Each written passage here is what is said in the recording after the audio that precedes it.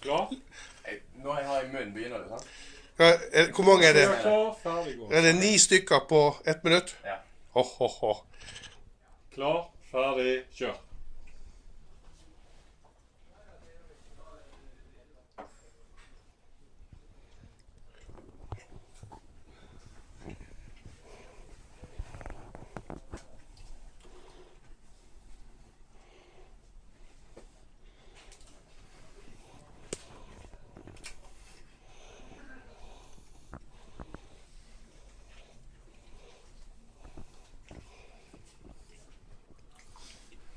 Fire igjen. Kom igjen, Bjørn. Så du kan klare det. Det går der. Svelg unna, for faen. Drit i det. Trykk det ned helt.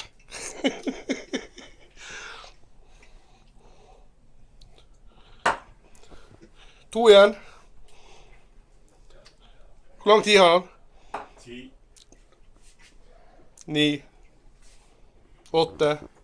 5. Tomt. 9 og 5. 1000 kroner fattigere! Det er faen ikke til. Herlig, Bjørn.